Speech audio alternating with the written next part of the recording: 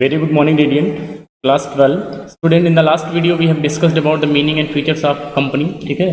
And you have an idea about the company की company होती क्या है, किस तरीके से company work करती है. ठीक है?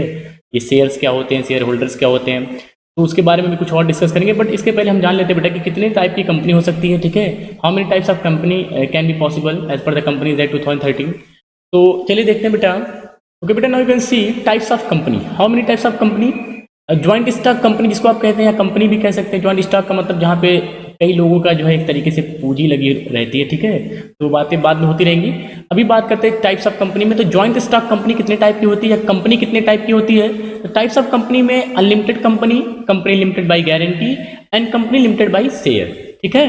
जिस भी कंपनी की आप बात करने जा रहे हैं, जो कंपनी जो कंपनी वर्क कर रही है, उसमें तीन तरीके की कंपनी हो सकती है. Company unlimited company, company limited by guarantee, company limited by share. ये जो कंपनी लिमिटेड बाय शेयर है, उसमें आपको प्राइवेट, पब्लिक और 1% कंपनी पढ़नी है. इसमें ये जो पब्लिक कंपनी है, ये बहुत ही मोस्ट इंपॉर्टेंट है, जिसपे आपको पूरा कैलकुलेशन और पूरा जो है आपको चैप्टर पढ़ना है पब्लिक कंपनी पे. ठीक है? बस unlimited company, company limited by guarantee और ये इन सब का जो है आप बस एक डेफिनेशन जान लीजिए. चलिए तो बेटा डिस्कस करते हैं. टाइप्स ऑफ कंपनी आपको पता चल गया कि unlimited company, company limited by guarantee, company limited by share. But company limited by share ये also categorise into 3 types. Private company, public company and OPC, जो कि ये नया ट्रेंड में आया है, नया फैशन में चल रहा है. इसकी जरूरत पड़ी तो उसको भी किया गया 1% कंपनी. चलिए बेटा बात करते हैं अनलिमिटेड कंपनी की. What is unlimited company? ये अनलिमिटेड कंपनी क्या होती है? एक्चुअली स्टूडेंट, जो भी शेयर होल्डर्स होते हैं, ठीक है, जितने भी शेयर होल्डर्स होंगे, और इन सभी के सामने जो कंपनी चल रही है, ठीक है, जो भी कंपनी वर्क कर रही है, सपोज करो इस कंपनी का नाम है एक्स कंपनी लिमिटेड. ठीक है? इस कंपनी कोई कंपनी है. ठीक है? तो इस कंपनी में जो है वो बहुत शेयर होल्डर है, तीन नहीं बहुत शेयर होल्डर है. ठीक है? बट कंपनी अनलिमिटेड कंपनी को कही जाएगी. ठीक है? Where unlimited company means where the liability of the member और the liability of the share holder is not limited, it is unlimited. ठीक है? अब इसका मतलब क्या होगा सर? बेटा बीएसटी में भी पढ़ाया था आपको क्लास 11 में, एक बार फिर से बता रहा हूं आपको कि अनलिमिटेड कंपनी का मतलब है कि where there liability of the share holder और liability of the member is not limited. Means if any years या if any way company suffer loss, company को क्या हो रहा है? लॉस हो रहा है, बहुत ज्यादा लॉस हो गया और कंपनी वाइंडिंग अप की कंडीशन में पहुंच गई. वाइंडिंग अप का मतलब होता है समाप्त करना या बंद करना. जैसे आपने पार्टनरशिप में पढ़ा था तो आपने एक स्पेशल वर्ड पढ़ा था, डिसोल्यूशन. डिसोल्यूशन का मतलब था उसको बंद कर देना, लेकिन वो पार्टनरशिप फर्म के लिए था. कंपनी के लिए बंद करना जो वर्ड यूज होता है वो वाइंडिंग अप के लिए यूज होता है. ठीक है? तो कंपनी सफर है लॉस ईयर टू ईयर. ठीक है? कंपनी लॉस सफर कर रही है, और लॉस को सफर करने के बाद अब हुआ क्या कि कंपनी का जो असेट्स है, आपको पता है कि कंपनी के पास असेट्स होगा, लाइबिलिटीज होगी, तो कंपनी के असेट्स इस कंपनी की लाइबिलिटी को रिकवर करने के लिए पर्याप्त नहीं है. ठीक है? The total liability of the company, if in any case when company suffer loss, when the total liability of the company cannot be recovered by the total assets of the company. Listen carefully. If the total liability of the company, liability मतलब जो भी आपको देना है, ठीक है, और जो आपके पास assets हैं, जो आपके पास resources हैं. ठीक है? तो unlimited company means where the liability of the member is unlimited. It means when company suffer a loss, when company have a bad years and company's liability cannot be recovered by the total assets of the company, by the total assets of the business, in such a case the personal property of the member, the personal property of the owner, the personal property of the shareholder can be used for the recover of that debt. ठीक है? उस particular डेप्ट को, उस particular liability को पूरा करने के लिए अगर कंपनी के पास पर्याप्त मात्रा में असेट्स नहीं है, तो अगर अनलिमिटेड कंपनी है तो शेयर होल्डर्स के या मेंबर जो है उनके पर्सनल प्रॉपर्टी को भी यूज किया जा सकता है उस पर्टिकुलर डेप्ट को रिकवर करने के लिए. ठीक है? That is your unlimited company. Next बात करते हैं बेटा company limited by guarantee. What do you mean by company limited by guarantee?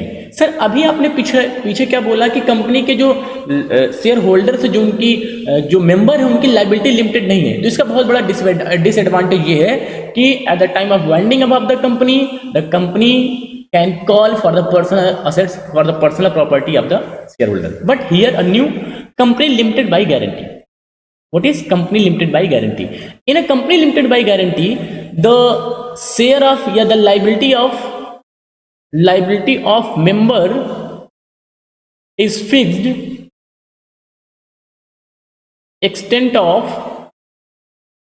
their liability। मतलब इसका क्या है कि when company limited by guarantee, तो जो अभी आपने पढ़ा कि सर ये जो हमारी कंपनी है इसके जो मेंबर है, जो भी 2-3 मेंबर है ए बी सी डी, जो शेयर होल्डर है, इनकी लाइबिलिटी एक एक्सटेंट अमाउंट तक, एक फिक्स अमाउंट तक फिक्स कर दी जाएगी company limited by guarantee. What guarantee is given by A, what guarantee is given by B, what guarantee is given by C. The company is extend to the guarantee of the share holder. मतलब कि company का जो, company में जितने लोगों ने पैसा लगाया, ऐसी बात नहीं है कि कोई 2 लाख की गारंटी दे रहा है, कोई 1 लाख रुपए की गारंटी दे रहा है, कोई 50,000 रुपए गारंटी दे रहा है। जो जितना गारंटी देगा उसको प्रॉफिट का भी उतना इंजॉय करेगा, वो तो वो बात अलग है। But company limited by guarantee का मतलब बस इतना ही है कि company limited by guarantee, in this case the liability of the member is fixed extend to the liability. मतलब एक फिक्स अमाउंट तक उसको जो है फिक्स कर दिया जाएगा। इसकी बात कर रहे हैं कंपनी लिमिटेड बाय गारंटी, ठीक है। In such a case company the liability of the member is limited to the extent of guarantee. Extent of guarantee का मतलब the guarantee is given by the member, ठीक है। Member ने जो guarantee दी है कि चलो ठीक है कंपनी बनाते हैं, इस कंपनी में ए रहेंगे, बी रहेंगे, सी रहेंगे, डी रहेंगे, चलो ठीक है कंपनी बना दिया। ए ने गारंटी दिया मैं 5 लाख दूंगा, बी ने कहा मैं 2 लाख दूंगा, सी ने कहा मैं 3 लाख दूंगा, डी ने कहा मैं 4 लाख रुपए दूंगा। तो जब कंपनी का एस्टेब्लिशमेंट होगा, जब कंपनी का रजिस्ट्रेशन होगा, तो ये जो एक्सटेंट लाइबिलिटी का मतलब है कि दे आर लाइबल टू पे that guarantee is given bye them. वो उतना पे करने के लाइबल है जितना उन्होंने गारंटी दे रखा है, ठीक है। तो कंपनी लिमिटेड बाय गारंटी का मतलब है जो लाइबिलिटी है वो लिमिटेड है till the amount of guarantee which are given by the member. बात समझ आई? ऐसा नहीं है कि ए ने कहा 5 लाख रुपए, चलो ठीक है शुरू में 2 लाख रुपए दिया, अब कह रहे नहीं दूंगा, ठीक है, दैट ही हैव टू पे। इसके बाद बेटा हम बात करते हैं company limited by share. Company limited by share, ये इंपॉर्टेंट है, यही आपको पढ़ना है। कंपनी लिमिटेड बाय शेयर का मतलब है कि आपने पढ़ा होगा बेटा क्लास 11th में MOA, मेमोरेंडम ऑफ एसोसिएशन, और एक पढ़ा था AOA, आर्टिकल ऑफ एसोसिएशन। तो MOA में द मैक्सिमम कैपिटल भी कहते हैं आप इसको, और अभी शायद अभी देखो याद हो जाएगा आपको सर नॉमिनल कैपिटल। अभी नहीं याद आया, अभी और याद आएगा। नॉमिनल कैपिटल नहीं याद आया, अब देखो याद आएगा। रजिस्टर्ड कैपिटल अभी भी नहीं याद आया, अब याद आएगा।